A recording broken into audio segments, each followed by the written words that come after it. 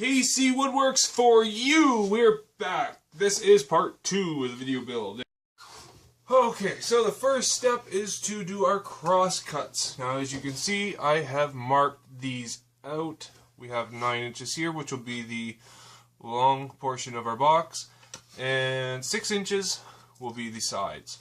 So all I've done, squared my miter gauge up to my saw blade.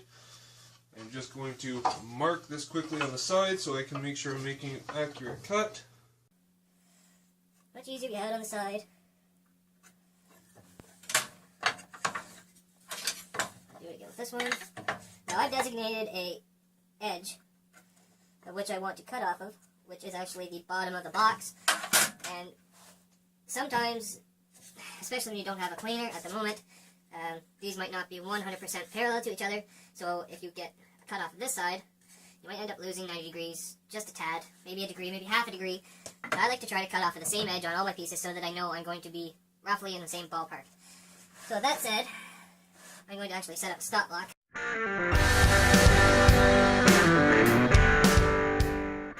Okay, so first step with doing our cross cuts.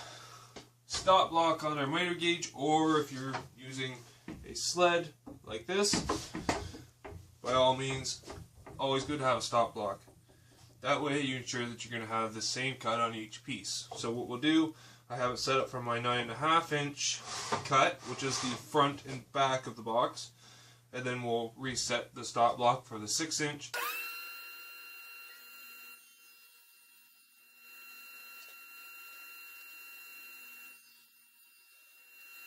Okay, we got our 9-inch pieces done. Let's go to the 6 inch. Okay, we're reset for our 6-inch wide box cuts.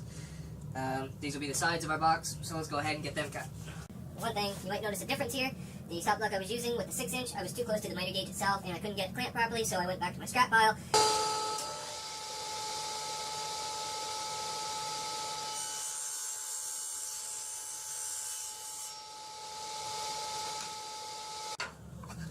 Now you can see we have 2 6-inch pieces that are the same length, and then we also have 2 9.5-inch pieces that are the exact same length.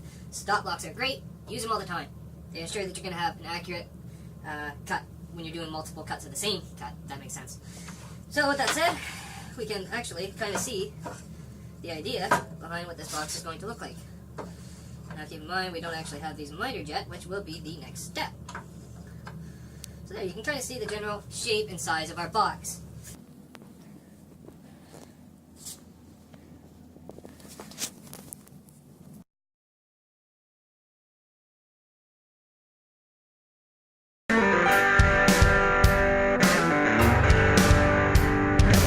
One quick tip within this build, always mark the miters you want to make on the side of your workpiece.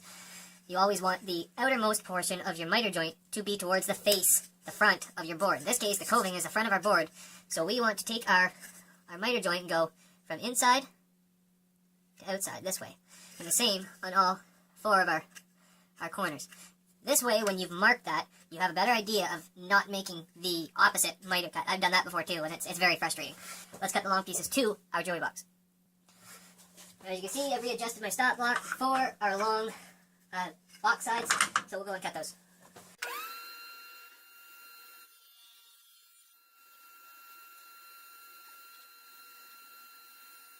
Now, we can really see what this is going to look like. One thing I noticed I forgot to do was rip these box sides to the exact width, but that's fine, we can do that in a minute. Put here. There, you can start to see our miter joints here.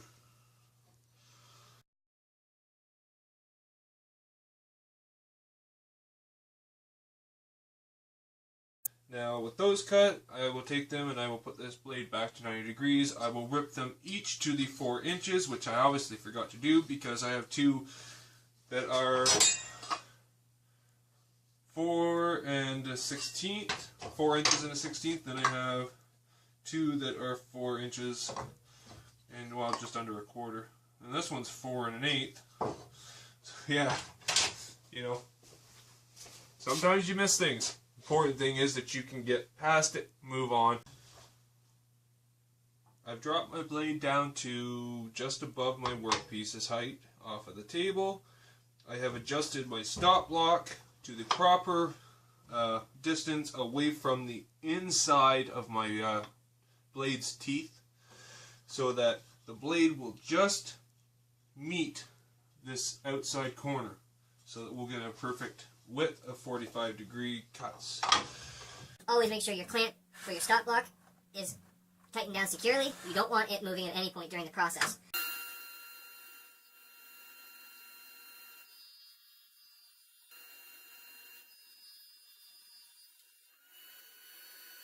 Okay, so I have incremented or moved up my stop block very, very slightly.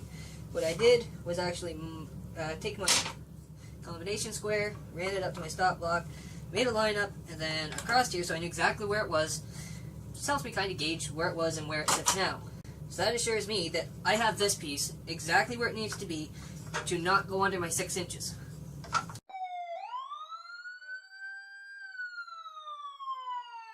Trust me, I've done it before. It's kind of a pain in the butt, but there's no mistakes unless you can fix them. Unless you can't fix them. Yeah. No mistakes unless you can fix them. No mistakes unless you can't fix them. Can't. Yeah. I don't know. Just try not to make the mistakes. Trust me, I've done it before.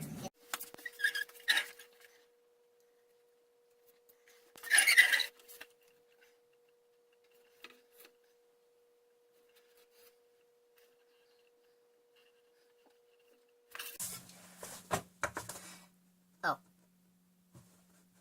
You didn't see me staring at my table saw, did you? I can explain that. You see, okay, I like the table saw.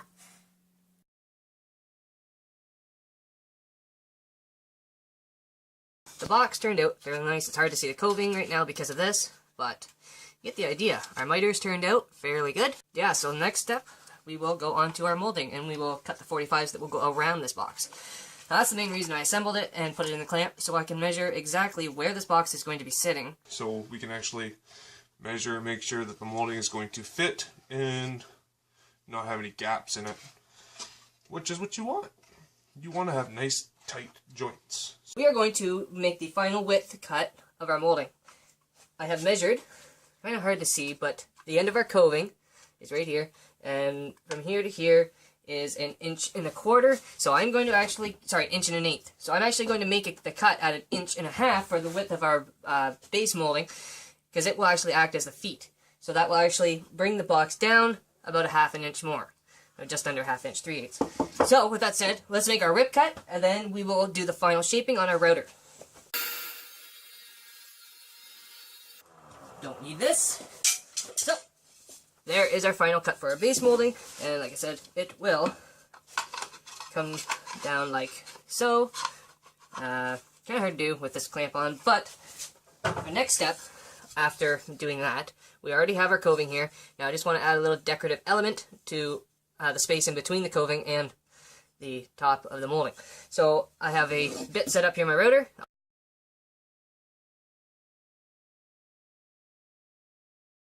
Okay, so with our molding, I have chosen to possibly use 2 bits. This is the bit I'm going to use for the actual end curvature and shaping. So it'll be the very top of the molding, how it kind of blends into the box itself. This one here, I'm hoping I can incorporate it in between the two to, if there's enough room. We'll see exactly how far this one cuts in. It is the smallest one I have for a similar design like this. I'm going to get this router bit in first, the edge molding cut, I guess you call it. We'll call it the blend edge, as it blends into the box. You're going to get this installed in the router, I'll get the fence set up, and we'll make our cuts. Okay, I came up with a great idea. I actually have a piece of 2x4 that is a 45 miter on it, and I screwed it up onto my floor joist for my upstairs, and then I double stick taped my camera to it, well, my phone. So now you have this great angle of the router table. So now you will actually be able to see these cuts.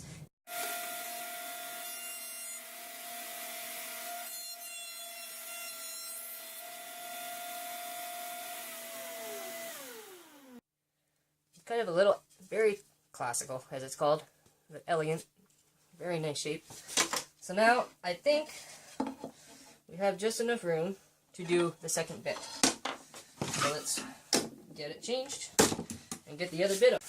So now this bit has no bearing, so you need to use your fence or you're just going to go all over the place, and we don't want that. So remember, fence it.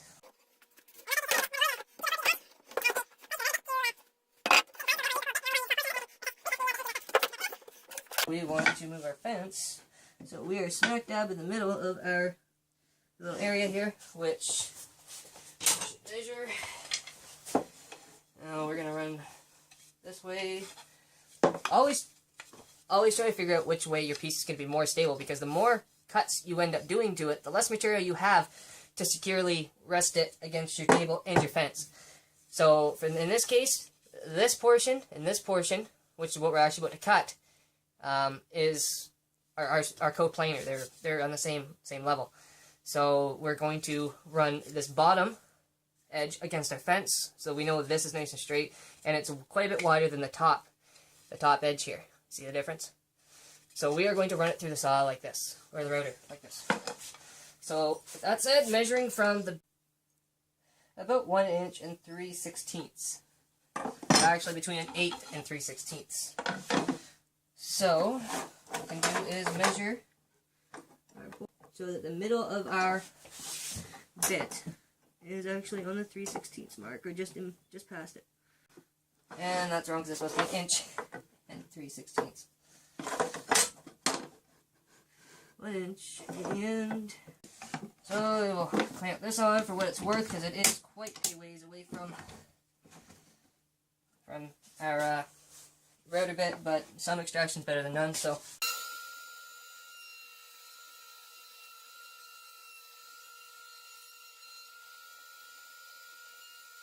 There we have it. I think I might even want to go just a tad deeper.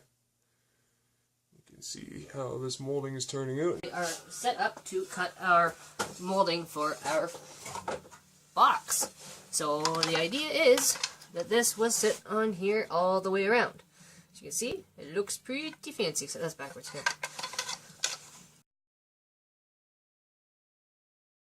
So now we're just going to continue to make our cuts until we have enough material that is 45 that will fit around this box nicely. So to do that, miter gauge out again. I've already got everything measured out from the length of the box, and then I already accounted for the extra material needed for the miters.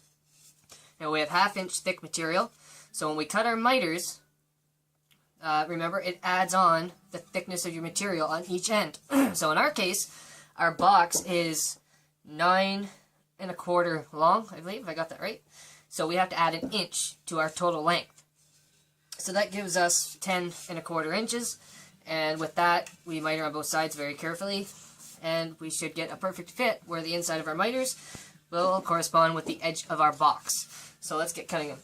Also remember, keep track of the orientation of your cuts, because it is very easy to make the wrong cut. Mark out your pieces with the rough dimensions. Make sure to leave waste material in between your dimensions, and always mark the orientation of the cuts themselves. So be careful when doing it. It can be a little confusing sometimes, but if you take your time and measure and make sure you have the right ends where they need to be, you will be just fine. So let's go with these cuts.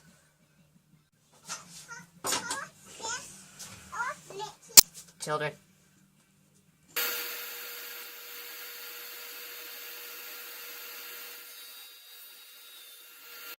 Hi there! Thanks for watching this video. I really appreciate it. One thing to keep in mind, this video, part 2 of our jewelry box build, which has come along quite nicely. Part 2 of this jewelry box build was supposed to be just part 2. It has now become part 2 and 3. I ended up getting so much footage, and so much information within that footage, I didn't want to compromise the integrity of my channel, because the point of it is to get as much information out there to make it as easy, exciting, fun, and educational as possible for you and everybody else watching. So, Jewelry Box Build Part 2 has now become Part 2 and 3. Not a big deal, just meant a little bit of extra editing, even though I have had a ton of problems editing, especially with this one. Oh, man. You wouldn't believe it. Shooting too much is just as bad as shooting insignificant.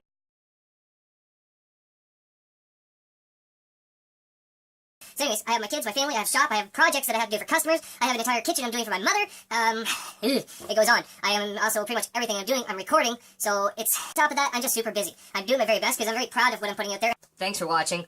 Part 1 of the Jewellery Box build is already on the channel. Check it out right here.